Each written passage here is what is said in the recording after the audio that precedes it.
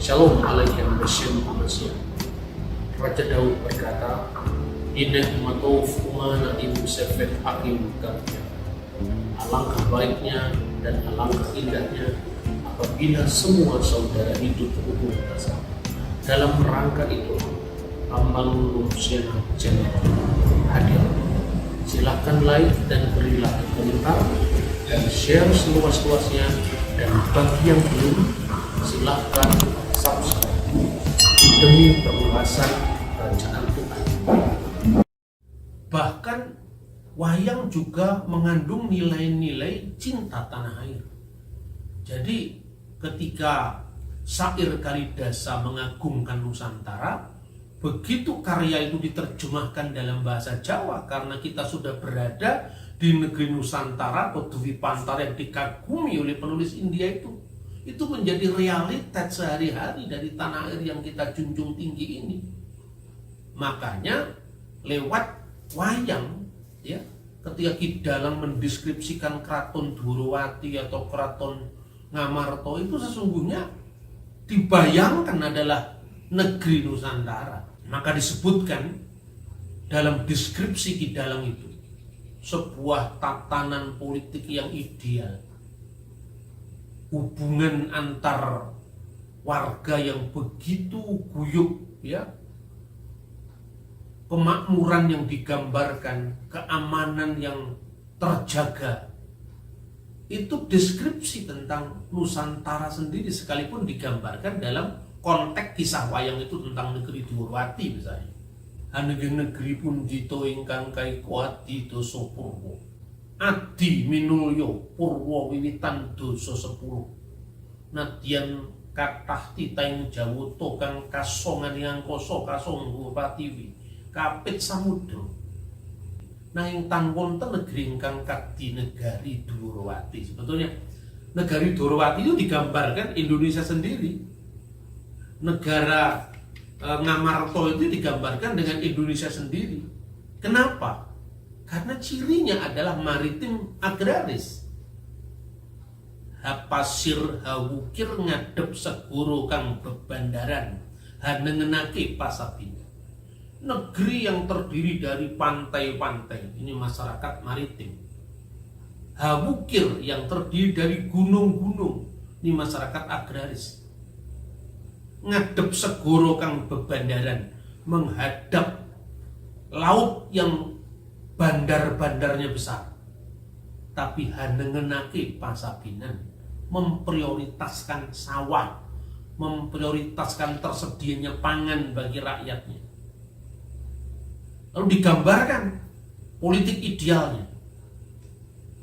Ini pernah disampaikan oleh Bung Karno sesungguhnya, ya.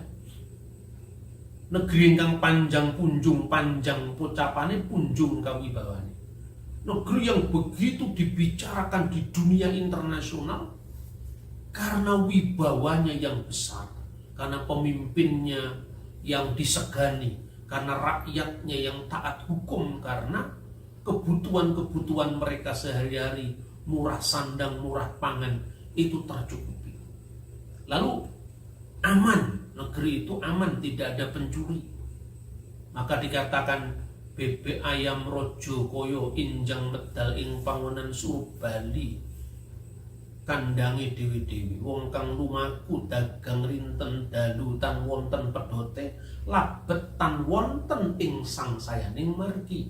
Digambarkan ayam itik pagi keluar dari kandang, sore kembali ke tempatnya masing-masing. Orang yang berdagang siang malam tidak ada putusnya karena tidak ada gangguan keamanan di jalan. Itu nilai cinta tanah air. Baru yang ketiga, karena agungnya nilai pewayangan yang saya kira tidak dijumpai dalam budaya orang yang mengkritik itu. Maka karena kearifan para pendakwah Islam mula-mula di tanah Jawa, khususnya Wali Songo, tidak bisa wayang ini dilawan. Karena kalau wayang ini dilawan, tidak ada orang Jawa yang mau masuk Islam. Karena dianggap budaya dia lebih tinggi daripada budaya pembawa agama itu. Maka Islam baru berhasil masuk ke hati sanubari rakyat ketika Islam memasuki keraton, dan budaya keraton itu yang akhirnya dikontekstualisasikan, dipribumisasikan dalam situasi lokal, maka muncullah Sunan Kalijogo. Nah, disitulah yang terjadi adalah reinterpretasi, penafsiran baru terhadap misalnya kisah-kisah wayang. Dan di situ pun sebetulnya ada Islamisasi. Misalnya ya, ini salah satu karya yang sangat terkenal dari masa kerajaan Kediri, ya. Karya dari Empu Sedak dan Empu Panuluh. Judulnya itu adalah Kakawin Baratayuda. Dan karya ini muncul dari abad 12 Masehi, tahun 1157.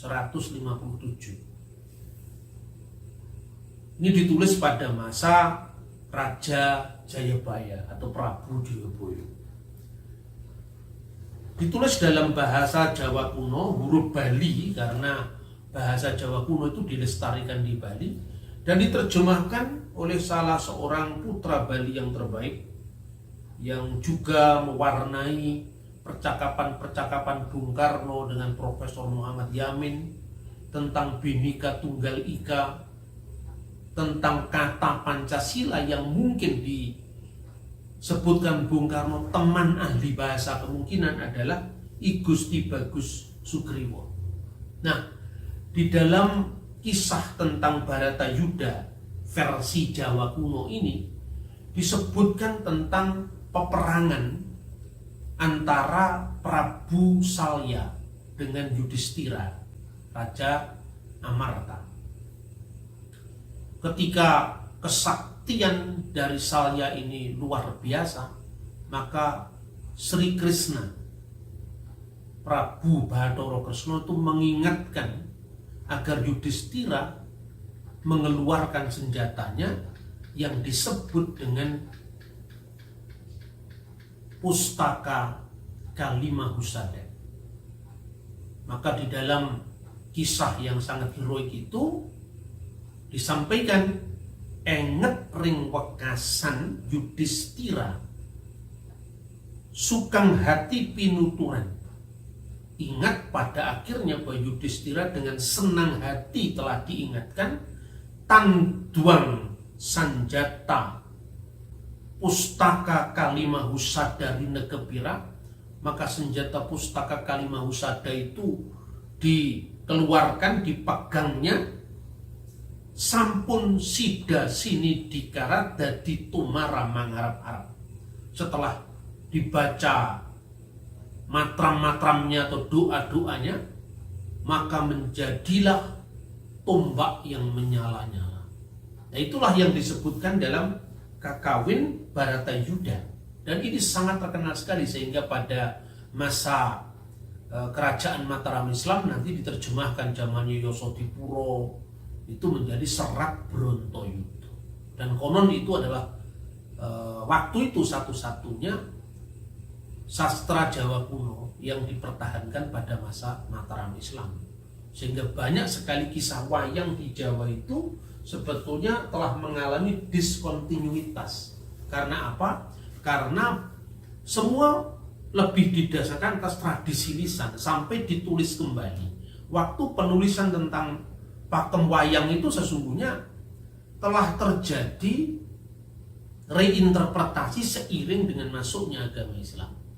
Nah, karena itu saya selalu bersama teman-teman seniman, saya ingin sampaikan, bahkan pernah saya sampaikan ini kepada almarhum Ki Seno Nugroho ketika kami wayangan di Puri Broto bersama Romo Rohadi Widakdo, tentang pentingnya kita kembali ke akar Jawa kuno dari kisah pewayangan ini, karena supaya filosofinya tetap utuh. Ya, sekalipun ya sebenarnya boleh-boleh saja orang melakukan semacam reinterpretasi tadi. Nah, salah satu reinterpretasi itu yang sampai sekarang itu sangat terkenal, di mana istilah Kalimahusada yang artinya kali itu zaman kegelapan, maha itu besar, usada itu penyembuhan. itu ditafsirkan sebagai kalimat syahadat. Dan itu bisa dilacak literaturnya dari Babat Cirebon. Naskah ini aslinya milik dari Bapak Taryadi Cokrodipuro, kemudian dialih aksarakan dan dibuat summary serta pendahuluan oleh S.J. Hadi Sucipto, diterbitkan oleh Departemen Pendidikan dan Kebudayaan, Proyek Penerbitan Bacaan Sastra Indonesia dan Daerah, Jakarta tahun 1978. Nah, di sini digambarkan bahwa sesungguhnya azimat dari Prabu Yudhistira itu adalah kalimat syahadat, karena itu hanya kemiripan bunyi antara kalimat husada dengan kalimat syahadat. Lalu di sini ditembangkan dalam bentuk mocopat, yaitu belakbak. Jadi belakbak itu tidak terlalu terkenal ya di dalam mocopatan Jawa, tapi di Sunda itu terkenal. Nah, misalnya kenapa disebut dengan kalimat husada dan bagaimana kisahnya nama Yudhistira itu menjadi Samiaji. Saya bacakan kira-kira begini. Puska catur satingkah polair linggit kandane angandika pandita Buddha kuwari iya kie ingkang ngaran kalimat sada iki arane. Jadi kenapa disebut kalimat sada? Itu terkait dengan kisah di mana Yudhistira diajari membaca kalimat sada itu tidak lain adalah kalimat syahadat oleh Kanjeng Sunan Kalijogo. Makanya dalam pupuh-pupuh berikutnya itu disebutkan Cinarita sekali wis pada ngaji ujare milanipun cuculuke samiaji cature saking kana sami-sami pada ngaji mulane. Jadi kenapa disebut samiaji? Karena sama-sama mengaji. Siapa yang mengajari mengaji? Kanjeng Sunan Kalijogo, asyhadu alla ilaha illallah wa asyhadu anna Muhammad Rasulullah. Jadi ini kemudian menjadi sarana dakwah bagi masyarakat Jawa dan itu sangat efektif. Nah, oleh karena itu pertama ingin saya sampaikan bahwa dari sejarah wayang ini adalah kekayaan budaya bangsa yang sangat adiluhung. Karena itu kita harus menghormati wayang, melestarikannya. Kalau bangsa lain saja bangga dengan wayang, kenapa bangsa kita sendiri justru membanggakan budaya bangsa lain yang tidak cocok untuk kita, sekalipun itu cocok bagi mereka.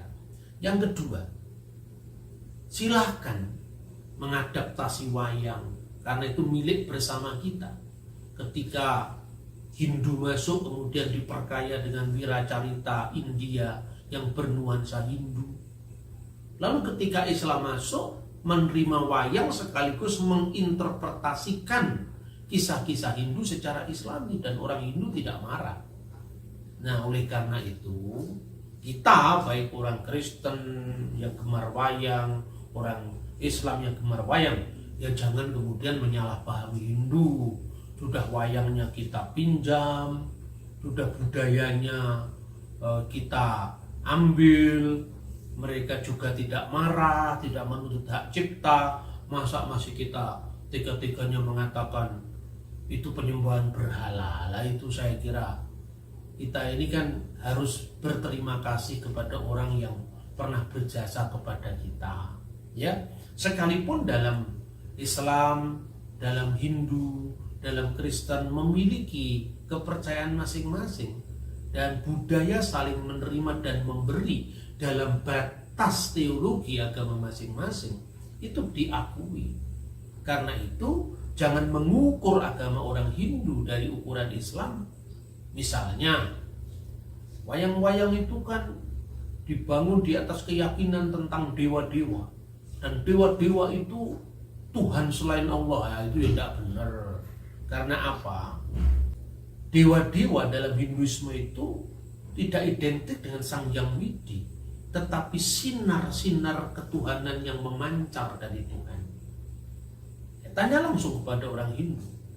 Karena basic daripada teologi Hindu adalah monisme, tattvam asi, aham brahman asmi. Ya, bahwa realitas ini tunggal adanya. Maka sinar-sinar ketuhanan tadi memancar dari Tuhan yang satu. Nah, tentu ini beda dengan ide creatio ex nihilo dalam Kristen, atau perbedaan antara al-khaliq dan al-makhluk dalam Islam.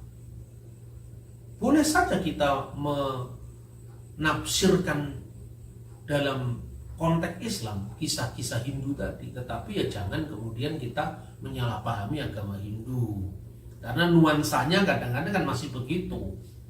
Kita ini buat wayang ini sedemikian rupa supaya hilang kemusyrikannya dan menjadi Islam, ya itu ya tidak benar juga. Karena apa? Oh, itu pinjemnya dari Hindu. Gitu loh saudara-saudara. Jadi enak kalau sudah seperti itu. Toh orang Hindu juga tidak marah. Itu kan warisan Nusantara. Ya, kalau Hindu punya sumbangan, kita menerima sumbangan Hindu itu sebagai kekayaan Nusantara. Nanti Islam menyumbangkan sesuatu yang berharga bagi mosaik kerukunan Indonesia, kita terima. Begitu juga Kristen, begitu juga Buddha, begitu juga yang lain-lain. Nah, oleh karena itu, apa yang seharusnya kita pelajari dalam kegaduhan tentang wayang ini, marilah kita tidak berkomentar sebelum kita mendalami sejarah wayang, filosofi wayang, tidak hanya sebagai tontonan tapi sebagai tuntunan, dan juga fungsi wayang selama ini dalam dakwah agama Islam. Semoga apa yang saya sampaikan itu bisa mencerahkan sebanyak mungkin orang dan mengembangkan budaya toleransi untuk NKRI yang kita cintai, yang dasarnya Pancasila dan ruman muka kita adalah Bhinneka Tunggal Ika. Merdeka!